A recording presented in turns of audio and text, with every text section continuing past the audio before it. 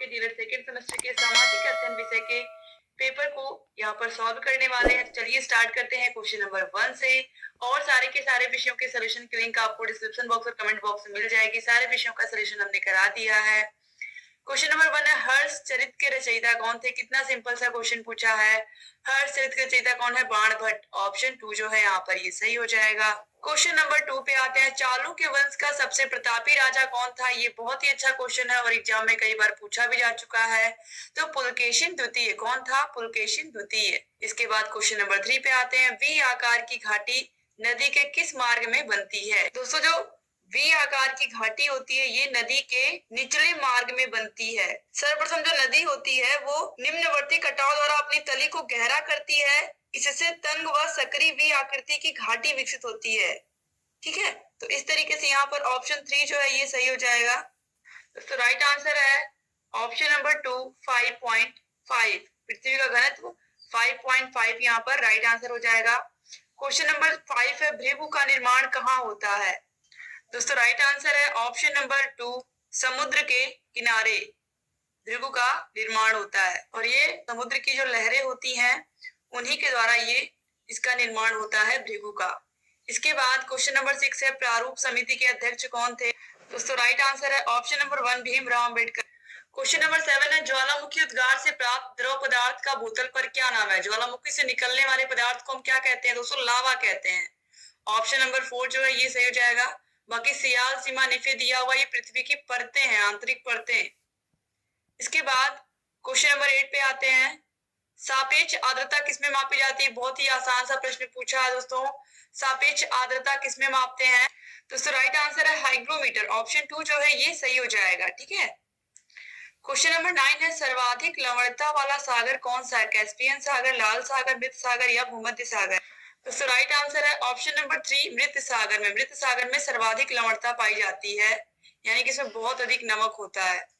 Question number 10 है, धन्वंतरी किस काल के महान वैद्य थे?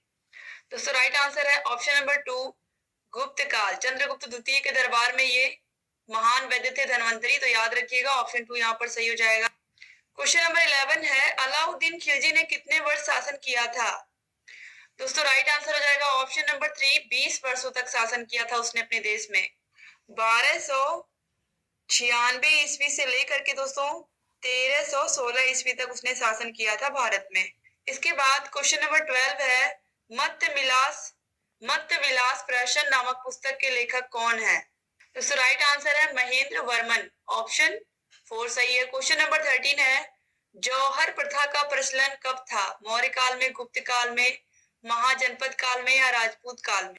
दोस्तों राइट आंसर है राजपूत काल में। ऑप्शन 4 जो है सही हो जाएगा। दोस्तों जो जौहर प्रथा है, यह जौहर प्रथा का जो चलन है वो राजस्थान राज्य के राजपूत वंश में होता था। इसके बाद क्वेश्चन नंबर 14 पे आते हैं, वह बजट जिसमें आय व्यय बराबर होता है वह किस प्रकार का बजट होता है? जीरो आधारित बजट, संतुलित बजट, घाटे का बजट या बचत का बजट? दोस्तों राइट आंसर है ऑप्शन नंबर 2 संतुलित बजट, यानी कि जब आय बराबर व्यय के होता है, जितना हम कमा रहे हैं उतना हम खर्च कर रहे हैं, तो ये संतुलित बजट हो जाता है। क्वेश्चन नंबर 15 है, भारतीय कृषि में निम्न उत्पादकता के कारण क्या क्या हो सकते हैं? तो पिछड़ी तकनीकी, यानी कि अभी भी बहुत ज्यादा तकनीकी का प्रयोग करके लोग खेती नहीं करते हैं हमारे देश में, तो ये प्रमुख रूप से पिछड़ी तकनीकी इसके अंतर्गत आती है। इसके अलावा जोत का छोटा आकार, यानी कि छोटे छोटे खेत, कहीं एक जगह एक व्यक्ति का इतना खेत है, फिर कहीं और किसी जगह है, तो इस तरीके से क्या होता है कि जो जोत होती है उसका छोटा आकार भी कहीं ना कहीं कारण होता है निम्न उत्पादकता का। फिर साख का अभाव, सभी के पास पूंजी नहीं होती है उतनी कि वह खेतों में लगा पाए या उतना उर्वरक का उपयोग कर पाए, सही से उसकी देखभाल कर पाए, क्योंकि आपको भी पता है कि हमारे देश में मैक्सिमम जो खेती होती है वो मानसून पर निर्भर करती है, बारिश पर निर्भर करती है। तो इस तरीके से यहाँ पर जो ऑप्शन 4 है उपरोक्त सभी ये राइट आंसर हो जाएगा। इस तरह आपने सारे के सारे बहुविकल्पीय क्वेश्चन कर लिए। उम्मीद करती हूँ कि आप लोगों ने पेपर बहुत ही अच्छे से किया होगा। अब दोस्तों 16 है, डेल्टा किसे कहते हैं? दोस्तों बहुत ही सिंपल सी इसकी परिभाषा है, नदी के मुहाने पर उसके द्वारा बहाकर लाए गए अवसादों के निक्षेपण से बनी त्रिभुजाकार आकृति डेल्टा कहलाती है। ठीक है, तो नदी के मुहाने पर उसके द्वारा बहाकर जो लाए गए अवसाद होते हैं, जहां पर नदी गिरती है वहां पर ये इकट्ठा होता जाता है और इसे हम क्या कहते हैं? डेल्टा कहते हैं। इसके बाद देखिए इस तरीके से जब ये बहुत अधिक जम जाता है, नदी के मार्ग में जम जाता है, तो नदी अपना रास्ता इस तरीके से बदल लेती है, तो दो तरफ से बहने लगती है, तो यहाँ पर डेल्टा का निर्माण हो जाता है। इसके बाद क्वेश्चन नंबर 17 है, ज्वालामुखी कितने प्रकार के होते हैं। दोस्तों आप लोगों के साइंस में भी यही क्वेश्चन पूछा गया है, आप लोगों के देखिए सामाजिक अध्ययन विषय में भी ये क्वेश्चन सेम यही पूछा गया है। तो दोस्तों ज्वालामुखी कितने प्रकार के होते हैं, पहला तो है जागृत, दूसरा सुषुप्त और तीसरा है मृत ज्वालामुखी। तो 3 प्रकार के ज्वालामुखी होते हैं, जागृत, सुषुप्त और मृत। इसके बाद क्वेश्चन नंबर 18 है, वायुमंडल किसे कहते हैं। दोस्तों पृथ्वी को घेरती हुई जितने स्थान में वायु रहती है उसे हम क्या कहते हैं, वायुमंडल कहते हैं। या हम इस प्रकार से भी वायुमंडल की परिभाषा दे सकते हैं कि पृथ्वी के चारों ओर व्याप्त गैसों का विशाल आवरण जो पृथ्वी का अंग है और हमें चारों तरफ से घेरे हुए है, वायुमंडल कहलाता है। ठीक है, वायुमंडल में कई परतें होती हैं, आपको पता ही है, क्षोभ मंडल है, समताप मंडल है, मध्य मंडल है, ये सब इसी में पाए जाते हैं। फिर है सूर्याताप किसे कहते हैं। दोस्तों सूर्य का प्रकाश जो कि पृथ्वी पर आता है, पृथ्वी पर लघु तरंगों के रूप में आता है, और इसे ही हम क्या कहते हैं, इसे ही हम सूर्याताप कहते हैं। ठीक है दोस्तों, पृथ्वी की सतह पर पहुंचने वाली सूर्याताप की जो मात्रा होती है वो सूर्य से विकसित ताप की मात्रा से बहुत ही कम होती है, क्योंकि पृथ्वी सूर्य से बहुत ही छोटी है और यह सूर्य से बहुत ही दूर है। ठीक है, इसके बाद क्वेश्चन नंबर 20 पे आते हैं, ज्वार भाटा किसे कहते हैं। दोस्तों सिंपल सी इसकी भी परिभाषा लिखनी थी, क्योंकि 1 नंबर का ही पूछा है। तो चंद्रमा एवं सूर्य की, यानी कि सूर्य और चंद्रमा की आकर्षण शक्तियों के कारण सागरीय जल के ऊपर उठने तथा नीचे गिरने को ही हम क्या कहते हैं, ज्वार भाटा कहते हैं। तो सागरीय जल के ऊपर उठकर आगे बढ़ने को ज्वार तथा सागरीय जल के नीचे गिरकर पीछे लौटने को हम क्या कहते हैं, भाटा कहते हैं। बस यही हमें लिखना था। क्वेश्चन नंबर 21 है, गुलाम वंश का अंतिम शासक कौन था। दोस्तों तो गुलाम वंश की स्थापना किसने की थी, आप सभी को पता है, कुतुबुद्दीन ऐबक ने की थी। यहाँ पर पूछा है कि गुलाम वंश का अंतिम शासक कौन था, यानी कि सबसे लास्ट शासक कौन था। दोस्तों राइट आंसर यहाँ पर हो जाएगा कैकूबाद। ठीक है, गुलाम वंश का अंतिम शासक कौन था, कैकूबाद। आपको बस इस तरीके से लिख देना था। ठीक है, इसके बाद आगे बढ़ेंगे हम। क्वेश्चन नंबर 12 है, कौटिल्य क्यों प्रसिद्ध है। आपको पता है कि जो कौटिल्य यानी कि चाणक्य हैं, इन्होंने एक पुस्तक लिखी थी अर्थशास्त्र, ये इसकी वजह से अधिक फेमस है। इसके अलावा दोस्तों चाणक्य चंद्रगुप्त मौर्य के महामंत्री थे, वे कौटिल्य या विष्णुगुप्त के नाम से भी जाने जाते थे। ठीक है, इतना ही आपको केवल बताना था, ये किसके दरबार में थे और इन्होंने किस पुस्तक की रचना की थी। फिर क्वेश्चन नंबर 23 है, चोल वंश का संस्थापक कौन था। दोस्तों चोल वंश का जो संस्थापक था वो था विजयालय। ठीक है, याद रखिएगा कौन था, विजयालय। इस तरीके से आपको लिखना है, विजयालय। ठीक है, इसके बाद क्वेश्चन नंबर 24 है, कुतुबुद्दीन ऐबक कौन था। दोस्तों ये जो कुतुबुद्दीन ऐबक है ये गुलाम था, याद रखिएगा आप लोग, यह एक गुलाम था और यह गौरी साम्राज्य का सुल्तान मोहम्मद गौरी का एक गुलाम था। मोहम्मद गौरी का एक गुलाम था और गुलामों को सैन्य सेवा के लिए खरीदा और बेचा जाता था। और आप सोच सकते हो कि जो कुतुबुद्दीन ऐबक था एक गुलाम था और गुलाम से इसने दिल्ली के सल्तनत बनने तक का सफर तय किया था। तो याद रखिएगा ये गुलाम था, किसका गुलाम था, मोहम्मद गौरी का एक गुलाम था। ठीक है, और इसने गुलाम वंश की स्थापना की थी, किसने, कुतुबुद्दीन ऐबक ने।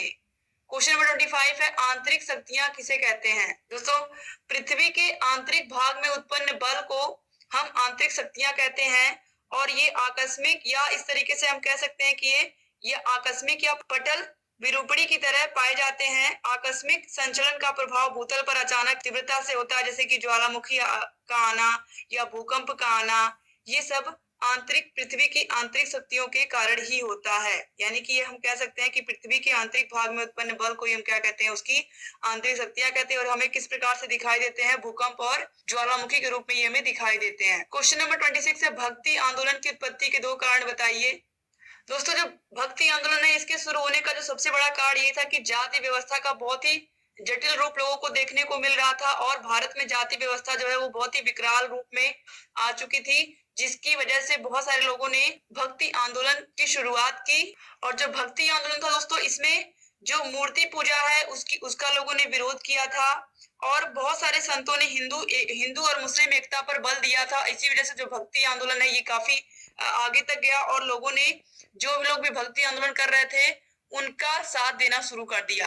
फिर है हरित क्रांति का अर्थ बताइए। दोस्तों जो हरित क्रांति है मुख्य रूप से यह गेहूं उत्पादन, या ये कहें कि कृषि में फसलों के उत्पादन में वृद्धि करने से है। जो हरित क्रांति है इसका मुख्य उद्देश्य यही है कि जो फसल है उसकी उत्पत्ति अधिक हो, अनाज का जो उत्पादन है वो अधिक हो, जिससे फसल अधिक हो। इस तरीके से भी हम कह सकते हैं कि दोस्तों जो हरित क्रांति के द्वारा कृषि की नई तकनीकों का प्रयोग किया गया, जिससे जो फसल है उसके उत्पादन में अत्यधिक वृद्धि हुई, और इसे ही हम क्या कहते हैं, हरित क्रांति कहते हैं। ठीक है, यानी कि कृषि के नई नई तकनीकों का प्रयोग करके बीजों को बोया गया, जिससे हमें अधिक उत्पादन प्राप्त हुआ, फसलों का अधिक उत्पादन प्राप्त हुआ, या फिर फसल अधिक हुई, तो इसे हम क्या कहते हैं, हरित क्रांति कहते हैं। अपर्दन किसे कहते हैं पूछा है, तो मृदा अपर्दन भी होता है, आपको पता है। तो मृदा अपर्दन के विषय में ही यहाँ पर हमें लिखना है। तो अपर्दन आप सभी को पता है किस किस प्रकार से हो सकता है, वायु के माध्यम से भी हो सकता है, जल के माध्यम से भी हो सकता है। खासकर अगर हम यहाँ पर मृदा अपर्दन की बात करेंगे तो मिट्टी का एक जगह से बह करके दूसरे स्थान पर चले जाना, यानी कि जो उपजाऊ भूमि है उसका एक जगह से बह करके दूसरे जगह पर चले जाना ही क्या कहलाता है, अपर्दन कहलाता है। और ये कैसे होता है, बाढ़ के कारण होता है, तूफान के कारण होता है।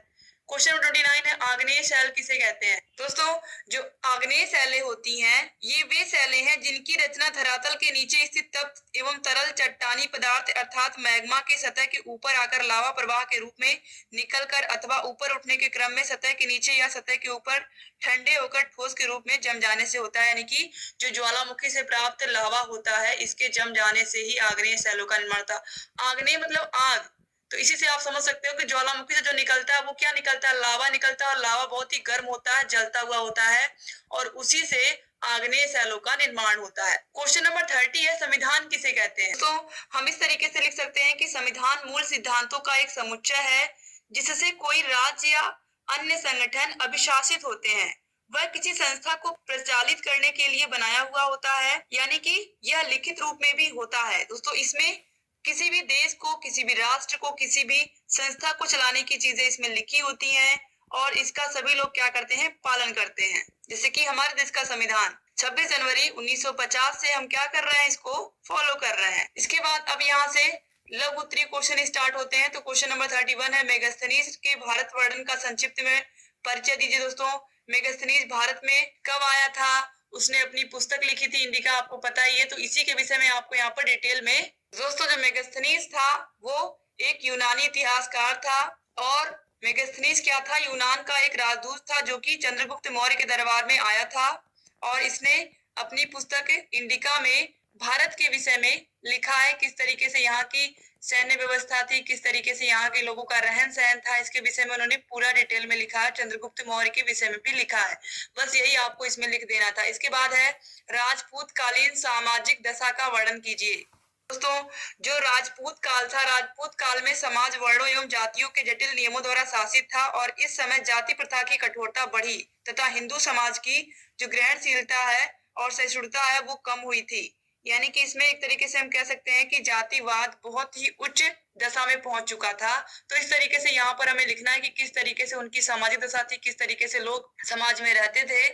फिर क्वेश्चन नंबर 33 है, चालुक्य वंश का संक्षिप्त इतिहास लिखिए। दोस्तों जो चालुक्य थे, ये चालुक्य दक्षिण और मध्य भारत में राज करने वाले शासक थे। इनका जो प्रभुत्व था वो 6ठी शताब्दी से लेकर के 12वीं शताब्दी तक रहा था, और इसकी स्थापना यानी कि चालुक्य वंश की स्थापना 543 में पुलकेशिन ने की थी, और वातापी इसकी राजधानी थी। इस तरीके से आपको इसके विषय में लिखना था। ऑलरेडी मैंने सारे के सारे विषयों की आपको पता है क्लासेस ली हैं, हर विषय की क्लासेस मैंने अच्छे से ली हैं। उसके बाद मैंने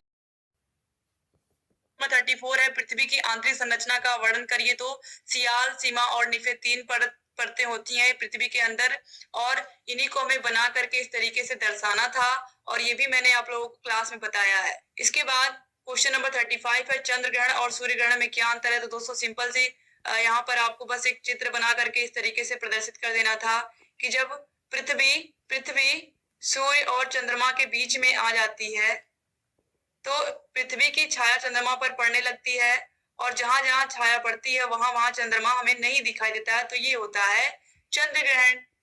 और सूर्य ग्रहण कब होता है, जब सूर्य और पृथ्वी के बीच में चंद्रमा आ जाता है। जब सूर्य और पृथ्वी के बीच में चंद्रमा आ जाता है तब होता है सूर्य ग्रहण। कैसे होता है, चंद्रमा की जो छाया है वो पृथ्वी पर पड़ने लगती है, और वहां पर हमें जो सूर्य है वो दिखाई नहीं देता है उस स्थान पर। तो ये क्या होता है, सूर्य ग्रहण होता है। तो इस तरीके से हमें बताना था, केवल हमें परिभाषा लिख देनी थी, चित्र अगर नहीं भी बनाते तो भी कोई बात नहीं थी। इसके बाद क्वेश्चन नंबर 36 है, भारतीय कृषि की विशेषताएं एवं महत्व लिखिए। तो भारतीय कृषि के विषय में दोस्तों अभी आपने हरित क्रांति मैंने बताया, आपने सुना होगा कि जब से देश आजाद हुआ उसके बाद जो कृषि है उसमें आपने देखा होगा विभिन्न प्रकार से लोग धीरे धीरे अब सक्षम हो रहे हैं, लोग विभिन्न प्रकार की कृषि तकनीकों का प्रयोग कर रहे हैं, कृषि के यंत्रों का प्रयोग कर रहे हैं। अब खेती जिस प्रकार पहले बैलों से खेती होती थी अब उस तरीके से खेती नहीं होती है। अब आप देखोगे लोग ट्रैक्टर से खेती करते हैं और बहुत सारे कृषि यंत्रों का प्रयोग करके खेती करते हैं, उन्नत बीजों का प्रयोग करके खेती करते हैं, सिंचाई के उत्तम साधनों की भी धीरे धीरे व्यवस्था हो रही है देश में। तो इस तरीके से जो कृषि है वो धीरे धीरे अब आगे बढ़ रही है अपने देश में, और हमारा देश कृषि प्रधान देश है, तो कृषि का कितना महत्व है ये बताने की जरूरत नहीं है आपको। अब इसके बाद आगे बढ़ते हैं, अगला क्वेश्चन देखते हैं। महमूद गजनबी ने भारत पर आक्रमण किस उद्देश्य से किए थे? दोस्तों महमूद गजनबी का जो मुख्य उद्देश्य था वो यही था कि भारत में जो जितनी भी संपदा है, मंदिरों में जितनी भी संपदा है उसको लूट करके अपने देश में लेकर के जाना। ठीक है, मुख्य उद्देश्य उसका यही था। लेकिन आपको ये भी पता है कि जो महमूद गजनबी है इसने भारत पर 17 बार आक्रमण किया था, और जो गुजरात में सोमनाथ का मंदिर है उसमें उसने बहुत लूटपाट की। इसके बाद क्वेश्चन नंबर 38 है, भारतीय संविधान की प्रमुख विशेषताओं का वर्णन करिए। दोस्तों जो भारत का संविधान हमारा सबसे बड़ा लिखित संविधान है, और भारत का संविधान है उसमें अलग अलग देशों से अलग अलग चीजें ली गई हैं, जैसे कि जो नीति निर्देशक तत्व है वो आयरलैंड से लिए गए हैं। इसके अलावा जो मौलिक अधिकार है वो अमेरिका से लिए गए हैं। इसके अलावा राष्ट्रपति का निर्वाचन भी वहां से लिया गया है, राष्ट्रपति पर जो महाभियोग लगता है वो भी वहीं से लिया गया है। डॉक्टर भीमराव अंबेडकर ने विश्व के महत्वपूर्ण 60 देशों के संविधानों का अध्ययन करने के बाद भारत का संविधान 26 नवंबर 1949 को बना करके तैयार किया था। और आप सभी को पता है कि 26 जनवरी 1950 से हमारे देश में जो संविधान बनाया गया था उसको लागू कर दिया गया था। इसके बाद क्वेश्चन नंबर 39 है, चोल प्रशासन की प्रमुख विशेषताओं का उल्लेख करिए। दोस्तों जो चोल प्रशासन था इसकी जो प्रमुख विशेषता थी वह इसका स्थानीय स्वशासन था। ग्राम स्वशासन की पूर्ण इकाई थे, और ग्राम का प्रशासन ग्राम स्वामी स्वयं करते थे। जैसे कि आज के टाइम पे जो गांव होता है उसके स्वामी कह सकते हैं हम, ग्राम प्रधान होते हैं, जो गांव की जो भी समस्याएं होती हैं वो क्या करते हैं उसको हल करते हैं। ठीक है, तो इस तरीके से वहां पर जो व्यवस्था थी इस प्रकार से बनाई गई थी। इसके बाद क्वेश्चन नंबर 40 है, अशोक का जीवन परिचय देते हुए उनकी उपलब्धियों पर प्रकाश डालें। दोस्तों जो सम्राट अशोक थे एक महान राजा थे, और भारत में मौर्य वंश की नींव रखने वाले इस राजा ने भारत के उत्तर में हिंदू कुश से गोदावरी नदी तक अपने राज्य का विस्तार किया था। साथ ही साथ अपने राज्य का विस्तार बांग्लादेश से अफगानिस्तान और पश्चिम में ईरान तक किया था। मौर्य वंश का यह राजा अखंड भारत पर शासन करने वाला राजा था। और आप सभी को पता है कि जो अशोक है इन्होंने बौद्ध धर्म को क्या दिया था, संरक्षण दिया था। याद रखिएगा, ये भी बहुत ही इंपॉर्टेंट है। और ये किसके पुत्र थे? बिंदुसार के पुत्र थे, ये भी याद रखिएगा। इस तरीके से यहाँ पर सारे के सारे क्वेश्चंस को आप लोगों ने देख लिया। तो उम्मीद करती हूँ कि वीडियो आपको पसंद आई होगी।